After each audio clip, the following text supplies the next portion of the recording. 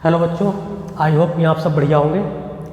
तो जैसे कि हमारे मैथ का एग्ज़ाम अब आ चुका है और उसके 10 दिन बचे हैं। तो 10 दिन में हमें क्या करना है कि पूरा का पूरा सिलेबस को रिवाइज़ करना है एक बार।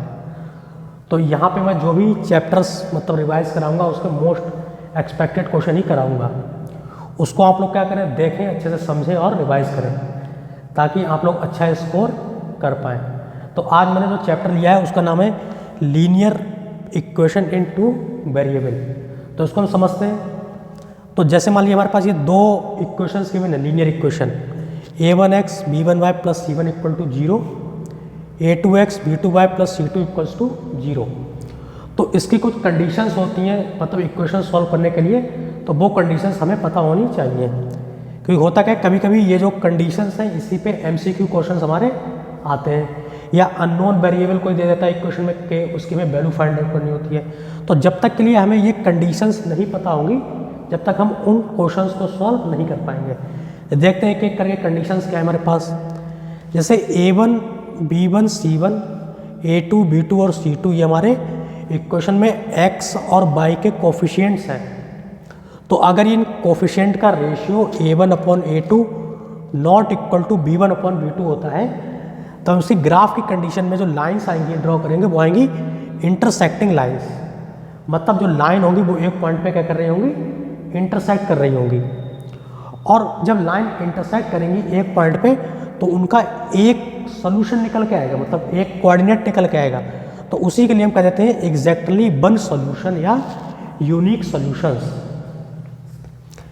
तो इस कंडीशन को हमें याद रखना है। इंटरसेक्टिंग लाइन को याद रखने का तरीका, जैसे मान लीजिए यहाँ पे आपने बनाए ये पैरेलल लाइंस आपने बनाई इंटरसेक्टिंग लाइंस, और इसी में आपने इसको लाइन से इंटरसेक्ट कर दिया।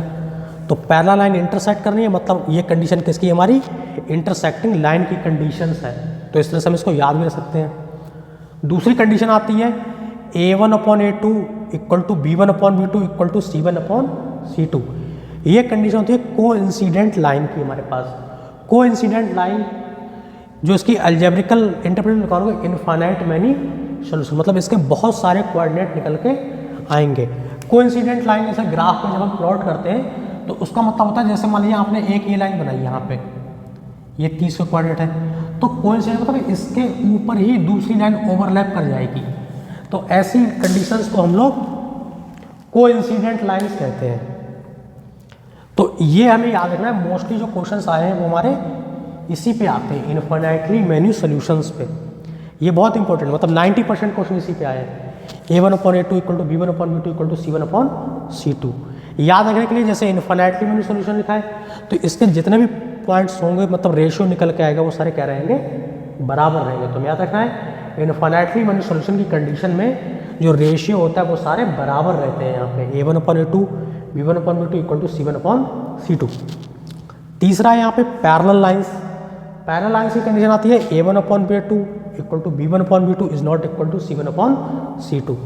पैरेलल लाइंस में क्या होता है, जैसे मान लीजिए ये आपने पैरेलल लाइन ड्रॉ की, मान लीजिए ये इस तरह से आ गई, या कोई पैरेलल लाइन इस तरह से आपने ड्रॉ की, तो ये कहीं पे इंटरसेक्ट नहीं करती है पैरेलल लाइंस। जब इंटरसेक्ट नहीं करती है तो इसका कोई सोल्यूशन भी निकल के आएगा, तो हम कहेंगे नो सोल्यूशंस। इसी के साथ जैसे ये जो दो हमारे पास कंडीशन निकल के आती है इनको हम कंसिस्टेंट भी कहते हैं।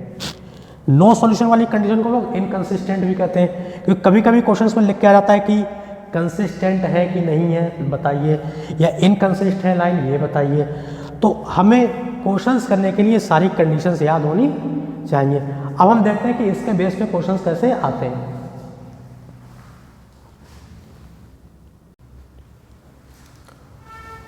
तो यहाँ पे मैंने दो क्वेश्चंस लिए प्रीवियस ईयर के, जो कि इसी टाइप के हमारे एग्जाम्स में क्वेश्चंस आते भी हैं, कि जैसे अगर हमने प्रीवियस ईयर क्वेश्चंस कर लिए तो उसी के जैसे ही क्वेश्चंस आते हैं लगभग, केवल वैल्यू चेंज होती है, हमें कॉन्सेप्ट्स पता लग जाते हैं कि किस कॉन्सेप्ट पे क्वेश्चन आएगा और क्या डिफिकल्टी लेवल उसका रहता है। तो दो क्वेश्चन लिए मैंने, तो कराता हूँ इनको कि the value of K for which system of equation have no solution. तो सबसे पहले हमें क्वेश्चंस में देखना है कि कंडीशन हमारे पास क्या गिवन है। तो पहले क्वेश्चन में हमारे पास जो कंडीशन गिवन है वो गिवन है हमारे पास नो सोल्यूशन की। तो हम लिखेंगे इक्वेशन हैज़ नो सोल्यूशन, कि हमारे पास कंडीशन क्या है, नो सोल्यूशन की कंडीशन यहाँ पे गिवन है। तब हमें इसका फॉर्मूला याद होना चाहिए क्या कंडीशन थी, a1/a2 equal to b1/b2 is not equal to c1/c2। ये हमारे पास कंडीशंस है इसकी नो सोल्यूशन की। अब हमारे पास जो इक्वेशंस गिवन है, इक्वेशंस हमारे पास गिवन है x plus by minus 4 equals to 0 और 2x plus K by minus 3 equal to 0।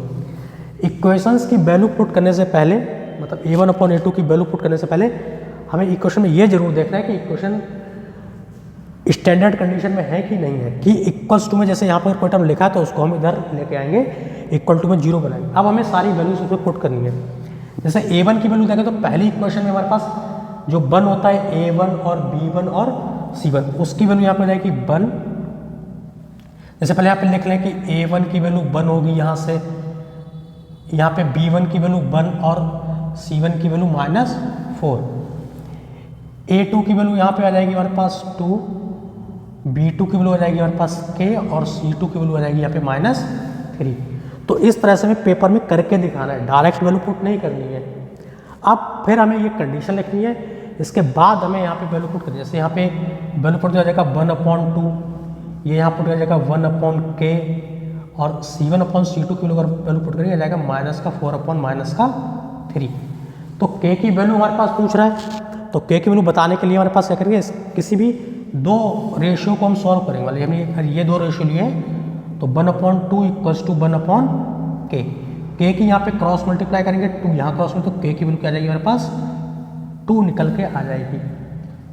इसके बाद ये देखते हैं यहाँ पे, जैसे अगर हम इन दो को सॉल्व करते हैं, 1/k इक्वल्स टू -4/-3, तो माइनस से माइनस कैंसिल। तो अगर यहाँ से हम k की वैल्यू निकालें तो इसका अगर रेसिप्रोकल करते हैं तो निकलेंगे 3/4। ये यहाँ पे लिखा है k is not equal to 3/4। इसका मीनिंग ये है कि इस इक्वेशन में k की वैल्यू 2 पॉसिबल है, k की वैल्यू 3/4 पॉसिबल नहीं है। अगर ये क्वेश्चन मान लीजिए आपके पेपर में आता है तो हमें ये तो करना ही कि k की वैल्यू क्या होगी, साथ में क्योंकि कंडीशन में ये आ रहा है तो हमें ये भी सॉल्व करके यहाँ पे बताना है कि k की वैल्यू 3/4 यहाँ पे नहीं होगी। तो अगर हमें यहाँ पे ये कंडीशंस केवल याद हैं तो बहुत ही इजीली हम इन क्वेश्चंस को कर सकते हैं। इसके बाद हम देखते हैं अपना दूसरा क्वेश्चन। दूसरे क्वेश्चन के पास the value of k for which system equation has infinitely many solution. मतलब हमारे पास जो कंडीशन गिवन है वो इनफाइनाइटली मेनी सोल्यूशन की कंडीशन गिवन है। तो सबसे पहले हमें अपनी इक्वेशंस लिखनी है दूसरे क्वेश्चंस में। यहाँ पे जो हमारे पास इक्वेशंस गिवन है वो हमारे पास गिवन है 3x प्लस 5/-8 इक्वल टू 0, और ये दूसरी इक्वेशन गिवन है kx plus 15y-24 equals to 0। क्योंकि यहाँ पे एक क्वेश्चन जो गिवन है उसमें स्टैंडर्ड इक्वेशन नहीं गिवन थी तो मैंने इसको इधर ले आया, तो यहाँ पे इक्वल टू में 0 आ गया। अभी हमारे पास आ गई स्टैंडर्ड में। कंडीशन गिवन है इनफाइनाइटली मैनी सोल्यूशन की, तो हमें इसको लिखना है इनफाइनाइटली मैनी सोल्यूशन। तो इनफाइनाइटली मैनी सोल्यूशन की कंडीशन होती है a1/a2 equals to b1/b2 equals to c1/c2।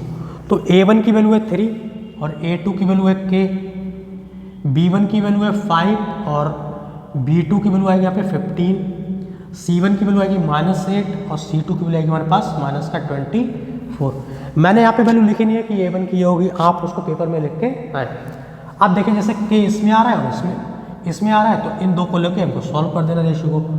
3/k equals to 5/15, तो 5 बन जा 5, 5 3 जा 15। k की यहाँ मल्टीप्लाई करेंगे 1 से तो यह जाएगा k, 3 की यहाँ करेंगे तो यह जाएगा 9, यानी कि k इक्वल्स टू 9। तो दोनों ही प्रीवियस ईयर क्वेश्चंस थे, बहुत इजी क्वेश्चंस आते हैं पेपर में। तो अगर मैं इस टाइप के क्वेश्चंस की प्रैक्टिस करके जाएंगे तो हमारा क्वेश्चन आराम से हो जाएगा। बस कंडीशन क्या है कि हमें वो टेबल जो मैंने पहले बताई है वो हमें याद होनी चाहिए। इसके बाद कुछ और क्वेश्चन देखते हैं।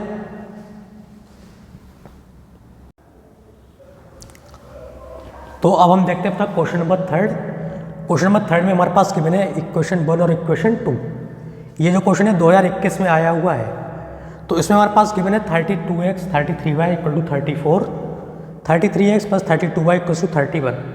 तो अगर इस इक्वेशन को हम सॉल्व करें एलिमिनेशन मेथड या सब्स्टिट्यूशन मेथड से तो कैलकुलेशन काफ़ी टफ बन जाएगी। लेकिन इस क्वेश्चन को सॉल्व करने का दूसरा मेथड है, उसको कहते हैं रिड्यूसिंग मेथड। रिड्यूसिंग मेथड में क्या है, ये 33 यहाँ 2x के साथ लिखा है, भाई 32 यहाँ पे वाई के साथ, यहाँ 33 वाई के साथ, यहाँ पे 33 एक्स के साथ, मतलब इंटरचेंज कोफिशिएंट लिखे हुए हैं यहाँ पे।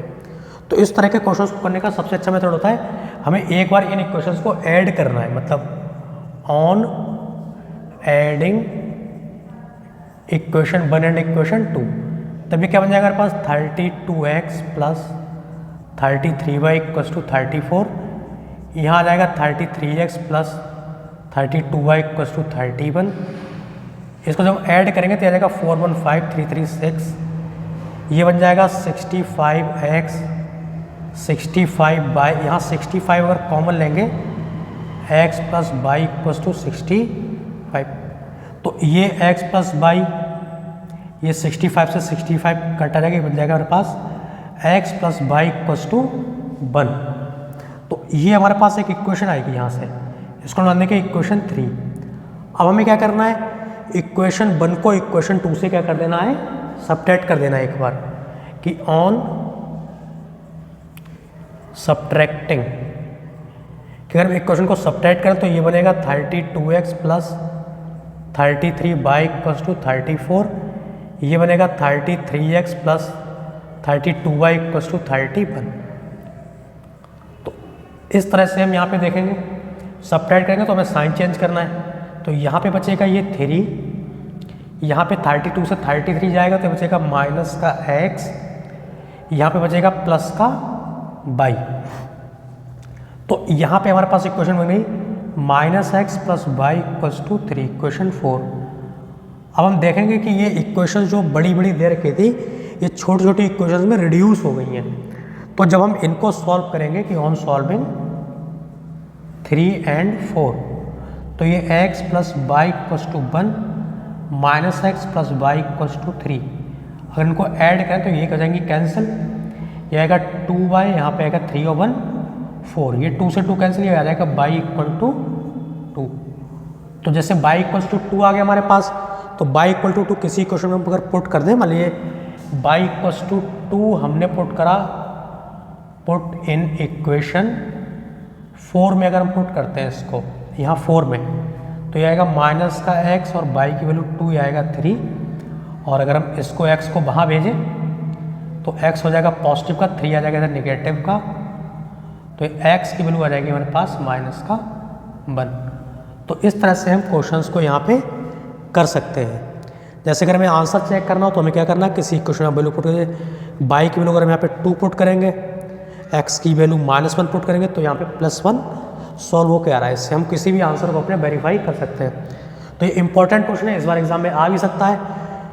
तो करने का तरीका क्या है, एक बार जब भी x का कोएफिशिएंट y में लिखा हो, y का x में लिखा हो, तो एक बार इक्वेशन को आप ऐड कीजिए, एक इक्वेशन रिड्यूस होकर आएगी प्लस में, एक बार उन इक्वेशन को सबट्रैक्ट कीजिए, इक्वेशन रिड्यूस हो गया कि माइनस में, फिर हमें उनको सिंप्लीफाई कर देना और हमारी x और y की वैल्यू आ जाएंगी।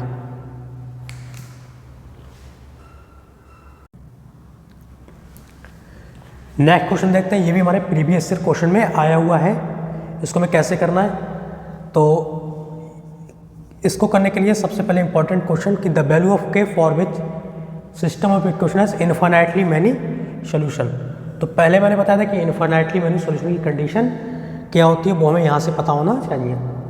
इक्वेशन जो हमारे पास गिवन है, हमारे पास यहाँ पे गिवन है equation 3x plus 5y equals to 8, kx plus 15y equals to 24। अब ये इक्वेशन जो हमारे पास स्टैंडर्ड में नहीं है, तो हमें क्या करना पड़ेगा, इन इक्वेशंस को स्टैंडर्ड में लिखना होगा। तो स्टैंडर्ड में लाने के लिए हमें इनको इधर ट्रांसपोज लाना पड़ेगा, ये हो जाएगा माइनस का 8, ये हो जाएगा माइनस का 24। अब जो हमारे पास वैल्यू होती है a1 upon a2 infinitely b1 upon b2 equal to c1 upon c2, ये जो कंडीशन है हमारे पास गिवन है इनफाइनाइटली मैनी सॉल्यूशन। तो आप जब भी स्कूल कॉपी में लिखेंगे तो ऐसे करके हमें फॉर्म लिखे उसके आगे लिखना है कि कंडीशन इनफाइनाइटली मैनी सॉल्यूशन की है। इसके बाद वैल्यू देखेंगे, a1 क्या होता है, पहली इक्वेशन में 3 कोफिशिएंट x का, यहाँ x का कोफिशिएंट है k, तो ये हमारे पास हो जाएगा a2 को लिए, यहाँ पे कितना है ये 5, यहाँ b2 c1 और ये हो जाएगा यहाँ पे c2। तब हम यहाँ पे किसी भी दो को लेके दो रेशियोज़ को लेके हम सॉल्व करेंगे और यहाँ पे हमारे पास के की वैल्यू हो जाएगी। तो यहाँ पे 3/k ये हो जाएगा 5/15, 5 बन जाओ 5, 5 से 15, के की मल्टीप्लाई यहाँ कराएंगे, 3 की कराएंगे यहाँ, तो हो जाएगा 3 3 यानी कि k = 9 आ जाएगा। किसी की भी दो को लेके हमको सॉल्व कर देना है यहाँ पे। तो आप देखें कि किसमें हमारे लिए कैलकुलेशन ईजी पड़ेगी, उन्हीं दो रेशियो को लेकर हमें सॉल्व करें तो k = 9 इसका आंसर आ जाएगा। अच्छा क्वेश्चन है, पेपर में काफ़ी क्वेश्चन मतलब इस पर पूछे गए हैं, तो इसको हमें करना आना चाहिए। बस कंडीशन क्या है इसमें, जो भी यहाँ पे लिखा है infinitely many solution, no solution, unique solution, तो उनकी हमें कंडीशंस याद होनी चाहिए, क्वेश्चन आराम से हो जाएगा ये।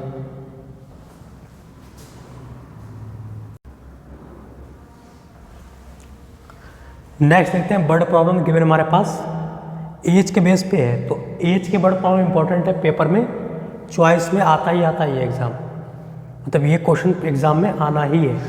तो इसको कैसे करते हैं, एज के क्वेश्चन का आपको कॉन्सेप्ट बताता हूँ।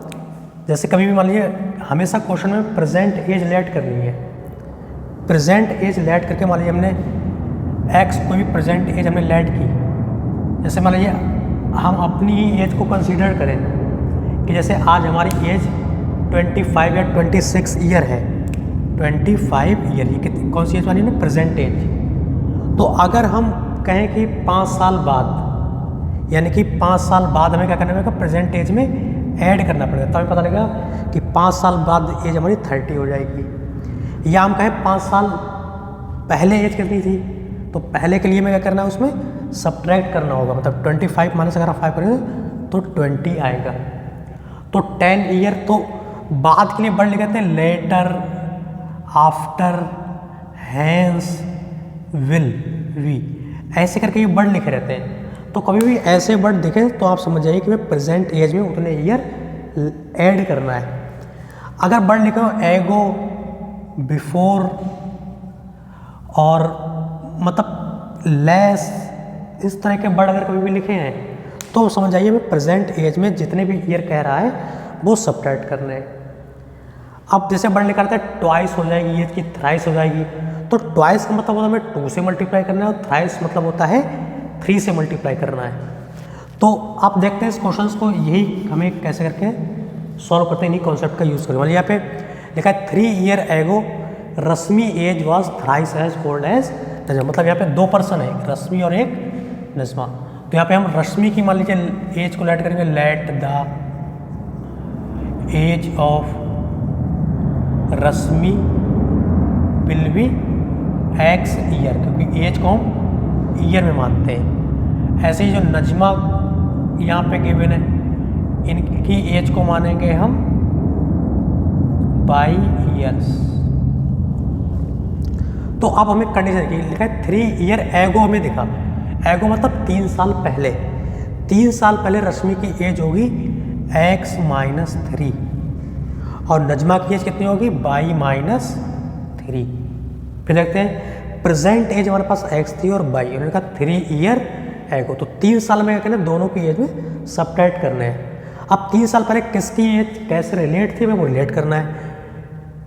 3 ईयर एगो रश्मि एज वाला, मतलब जो रश्मि की एज है ये x - 3, thrice as old as Najma, मतलब नजमा की एज के 3 टाइम्स थी, तो इसको हमें 3 से मल्टीप्लाई कर देना है।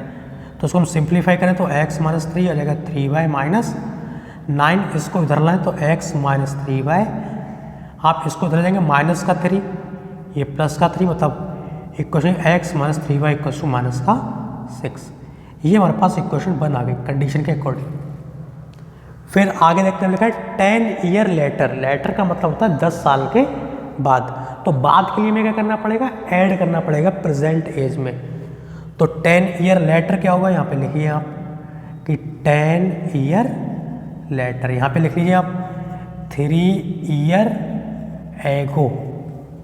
तो 10 साल के बाद मान लीजिए रश्मि की एज कितनी होगी, बाद कह रहे हैं मतलब x + 10 और नजमा की एज कितनी हो जाएगी y + 10। अब वो कंडीशन पढ़िए क्या कह रहा है कि इसमें 10 year later Rashmi will be twice as old as Najma, मतलब रश्मि की एज जो है वो नजमा की कितनी हो जाएगी, ट्वाइस हो जाएगी, मतलब रश्मि की एज नजमा के ट्वाइस हो जाएगी, मतलब उसकी डबल हो जाएगी। तो डबल के लिए मैं यहाँ पे 2 से मल्टीप्लाई करना होगा। तो इसको हम सिंप्लीफाई करते हैं तो एक्स प्लस 10 2y प्लस 2 10 या 20, इसको अगर इधर लाएंगे तो x माइनस 2y, ये 20 माइनस 10 करेंगे तो ये आ जाएगा 10। तो इस तरह से हमारे पास ये दो इक्वेशन बनती हैं। इन दो इक्वेशन को सॉल्व करने में x और y निकालना है और उनकी एजेस यहाँ से आ जाएंगी। जैसे अब भाई लीनियर इक्वेशन सॉल्व करते थे कि भाई यहाँ पे हमारे पास गिवन है x minus 2y equals to 10, यहाँ हमारे पास है x minus 3y equals to minus का 6। तो ये कैंसिल हो जाएगा, ये प्लस ये भी प्लस ये माइनस कैंसिल हो जाएगा। यहाँ पे आपको लिखना पड़ेगा कि on solving first and second, जो भी इक्वेशन को सॉल्व कर रहे हैं, ये बचेगा यहाँ पे माइनस का बाई, ये प्लस का भी बचेगा यहाँ पे, और ये हो जाएगा 10 प्लस 6 कितना हो जाएगा ये 16, मतलब बाई की वैल्यू यह है कि 16 ईयर, क्योंकि एज है हमारे पास। बाई की वैल्यू 16 हम किसी में एक इक्वेशन अगर पुट कर देंगे तो एक्स की वैल्यू मान लीजिए इक्वेशन सेकंड में पुट करते हैं, तो इसे पुट इन इक्वेशन सेकंड। तो इक्वेशन में जब हम यहाँ पे बाई की जगह पुट करेंगे 16, तब यहाँ पास सॉल्व हो जाएगा x minus 2y equals to 10, by की वैल्यू आ जाएगी यहाँ पे 16, 10 ये कितना का 16 टू 32, ये 10 32 को जब हम उधर लेके जाएंगे तो ये 10 प्लस 32 ये निकल जाएगा 42 ईयर्स। तो इस तरह से हम एज वाले क्वेश्चन को कर सकते हैं। बस कॉन्सेप्ट याद रखिए, जो भी परसेंट एज दे रखा है और कहे कि इतने साल बाद, तब आप उसको ऐड कीजिए। वो कहे इतने साल पहले, तो हम उसको क्या करना है सब्ट्रैक्ट करना है, और रिलेट कराएगा वो कि ये इतने साल पहले ट्वाइस थी थ्राइस थी, उससे मल्टीप्लाई करना है हमें। सॉल्व कीजिए, आंसर आ जाएंगे इसमें।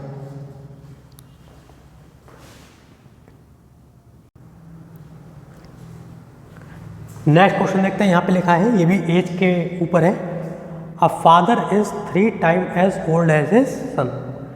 मतलब यहाँ लिखा है कि जो फादर की एज है वो अपने बेटे के 3 टाइम लिखा हुआ है। मतलब यहाँ पे हमें फादर की एज लेट करनी पड़ेगी, let the present age of father, ये है x, और यहाँ पे प्रेजेंट एज सन की मानेंगे, let the present age of son be y. तो x और बाई में मान ली, अब रिलेट करना है हमें। Father is 3 time as old as a son, मतलब फादर की एज जो है वो कितनी है हमारे पास 3 टाइम है उसके सन की। ठीक है, मान लीजिए कोई लड़का है, उसकी अगर एज 12 साल है तो उसके फादर की एज हम पे 3 टाइम्स है, तो फादर की एज 3 टाइम्स का मतलब है सन के इसमें 3 से आपको मल्टीप्लाई करनी पड़ेगी, मतलब फादर की एज जो निकल के आएगी वो 36 ईयर निकल के आएगी। तो यही है कि फादर की एज है x, सन की है बाई। क्वेश्चन में कहा गया कि जो फादर की वजह सन की एज से 3 टाइम्स है, तो यहाँ पे 3 से यहाँ पे हमें मल्टीप्लाई करने पड़ेगी, ये बन जाएगी इक्वेशन 1। दूसरा लिखा है इन 12 ईयर टाइम, मतलब 12 साल के समय के बाद। यह लिखा है ही विल बी, यहाँ से हमें पहचान लगेगी ये बाद के लिए आएगा, तो यहाँ पे बिल लिखा हुआ है। Twice as old as his son, मतलब 12 साल के बाद फादर की एज कितनी हो जाएगी, आप लिखे यहाँ पे कि आफ्टर 12 ईयर फादर की हो जाएगी x प्लस 12 और सन की भी हो जाएगी बाई प्लस 12। मतलब 12 साल जब टाइम बढ़ेगा तो 12 साल दोनों की एज बढ़ेगी, एक की नहीं बढ़ेगी, इसीलिए हम दोनों में ऐड करते हैं। अब लिखा कि in 12 year time he will be twice as old as his son, मतलब जो फादर की एज है 12 साल के बाद अपने बेटे के ट्वाइस हो जाएगी, तो ट्वाइस के लिए हमें उसकी एज में 2 से मल्टीप्लाई करना पड़ेगा। सॉल्व करते हैं इसको, x प्लस 12 ये आ जाएगा 2 की मल्टीप्लाई हो जाएगा 2y, यहाँ पे हो जाएगा 24। 2y को अगर इधर लेके आए x माइनस 2y, 24 माइनस 12, तो x minus 2y equals to यहाँ पे आएगा 24। ये इक्वेशन बन गई सेकेंड। अब अगर हम देखें इन दो इक्वेशन को सॉल्व करेंगे, हमारे पास ये चीज़ निकल के आएगी। तो x की वैल्यू अगर हम यहाँ पे पुट कर दें ऑन सॉल्विंग, यहाँ लिखेंगे on solving first and second. कैसे सॉल्व करना है, आप इस x की वैल्यू यहाँ पुट कर दीजिए, तो ये बन जाएगा 3y minus 2y equals to 12। 3 से 2 जाएगा, मतलब यहाँ बन जाएगा y, यानी कि ये y 12 आएगा हमारे पास। एज है तो उसको यूनिट के साथ लिखिए, कितनी एज आएगी y इक्वल्स टू 12, मतलब सन की एज आ रही है 12 ईयर प्रेजेंट एज। ये y इक्वल्स टू 12 आप इक्वेशन फर्स्ट में पुट कीजिए, तो यहाँ से फादर की जाएगी, पुट इन इक्वेशन 1। तो हम इक्वेशन 1 में पुट करेंगे तो ये आ जाएगा x इक्वल्स टू 3 बाई, यानी कि x equals to 3 by equals to 12, यानी कि 12 या 36 ईयर। तो इस तरह से हम क्वेश्चन को कर सकते हैं। अब यहाँ पे x और y तो हमें नहीं निकालना है, आंसर कुछ और पूछ रहा है। यहाँ पूरा है sum of present age of father and son, मतलब जो उनकी एज है उनका सम कितना होगा। सम माने होता है ऐड करना, तो सम बताना है हमें दोनों की एज का। सम ऑफ एजेस फादर एंड सन कितनी हो जाएगी, x प्लस वाई, मतलब ये हो जाएगा 36 प्लस 12, ये हो जाएगा 6 2 8 3 1, और मतलब 48 ईयर इसका आंसर आएगा। तो पेपर में ध्यान रखें केवल हमें एक्स वाई तक नहीं पूछा है, अगर कुछ आगे पूछा गया तो उसके अकॉर्डिंग हमें आंसर निकालना है, तभी हमें पूरे मार्क्स यहाँ पे मिलते हैं। ये भी आपके प्रीवियस ईयर में ही क्वेश्चन आया हुआ है, 2024 के सेट का क्वेश्चन है ये भी। तो इसको कीजिए, आगे के हम क्वेश्चंस और देखते हैं।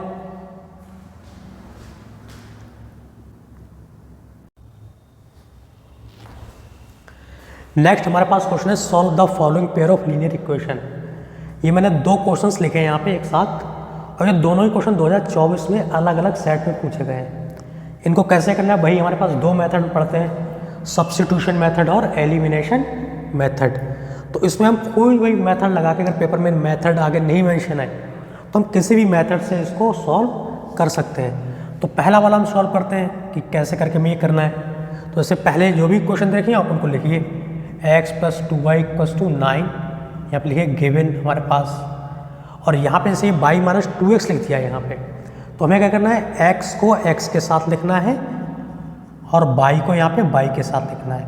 एक क्वेश्चन बस लिखते समय ध्यान रखें, 2x जैसे नेगेटिव का तो नेगेटिव का लिखें, y प्लस का तो हमें प्लस का। अब इसमें एलिमिनेशन मेथड लगा दीजिए, इसको मान लीजिए इक्वेशन 1, इसको मान लीजिए इक्वेशन 2। तो अगर हम इक्वेशन फर्स्ट में 2 से मल्टीप्लाई कर दें, इक्वेशन फर्स्ट मल्टीप्लाई बाय 2 से क्यों करना है, क्योंकि मैं देखना होता है कि कोई भी चाहे x का कोफिशिएंट बराबर हो जाए चाहे y का कोफिशिएंट बराबर हो जाए। तो मैंने कहा कि यहाँ x के साथ 2 है, यहाँ x के साथ 2 नहीं है, तो हम यहाँ पे 2 से मल्टीप्लाई करा सकते थे। आप इसमें भी 2 से मल्टीप्लाई करा सकते हैं, यहाँ पे y के साथ 2 आ जाएगा तो ये कैंसिल हो जाएंगे। तो हमने इक्वेशन 1 में यहाँ पे 2 से मल्टीप्लाई करी, तो इक्वेशन हमारे पास बनी, ये आ जाएगा हमारे पास 2x प्लस 2 2 जा 4y और 2 9 जा 18। मल्टीप्लाई करते समय ध्यान रखना है जितने भी कोफिशिएंट हैं हमारे सभी में मल्टीप्लाई कराना है। सेकंड इक्वेशन में कोई मल्टीप्लाई नहीं की तो ये हमारी ऐसे एग्जैक्ट आ जाएगी। अब हमें इनको ऐड कर देना है, जैसे ही आप इनको ऐड करेंगे 2x हो जाएगा कैंसिल, ये यहाँ पे आएगा 4 प्लस 5, ये जाएगा 5y इक्वल्स टू 18 और 2 हो जाएगा 20, 5 4 जा 20 आ जाएगा यहाँ, यानी कि y इक्वल टू 4 हमारे पास इसका सोल्यूशन आएगा।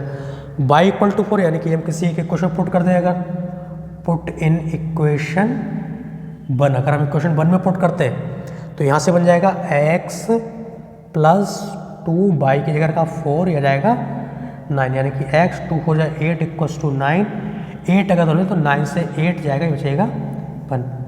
तो बहुत इजी क्वेश्चंस भी पेपर में आते हैं, ऐसा नहीं कि सारे डिफ़िकल्ट क्वेश्चंस ही आते हैं, इजी क्वेश्चंस भी आते हैं।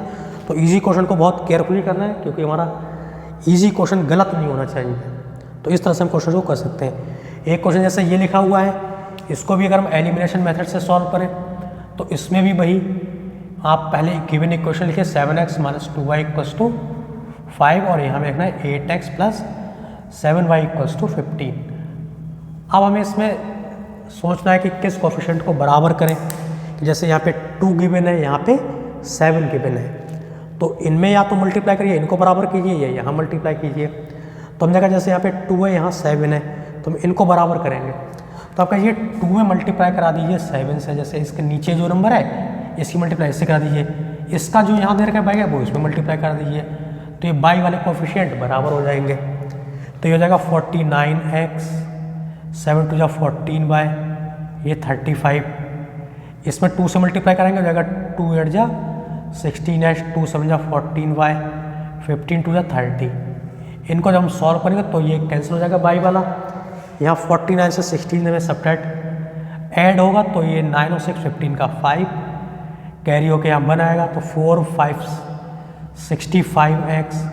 अगर ये भी ऐड होगा ये भी आ जाएगा 65 एक्स, ये 65 से 65 करें एक्स इक्वल टू 1 आ जाएगा हमारे पास। एक्स इक्वल टू 1 किसी इक्वेशन में पुट कर दीजिए। मान लीजिए फर्स्ट इक्वेशन अगर पुट करते हैं तो यहाँ पुट इन इक्वेशन 1 तो इन्हें 7 एक्स की जगह 1 पुट करना है माइनस 2y इक्वस टू 5 को इधर ले आएंगे माइनस का हो जाएगा, 2y उधर ले जाइए प्लस का, तो 7 से 5 जाएगा, यहाँ बचेगा 2, ये 2y 2 से 2 कैंसिल तो y इक्वस टू 1। तो दोनों क्वेश्चन बहुत इजी आए थे पिछले साल दोनों सेट में। इस तरह से हमें एलिमिनेशन मेथड से इजीली सॉल्व कर सकते हैं। बस ध्यान रखना है कि आप जब भी मल्टीप्लाई कराएं तो सारे कोफिशिएंट पे मल्टीप्लाई करानी है, बस यहीं पे क्वेश्चन में मिस्टेक कभी कभी हो जाती है। इसके बाद नेक्स्ट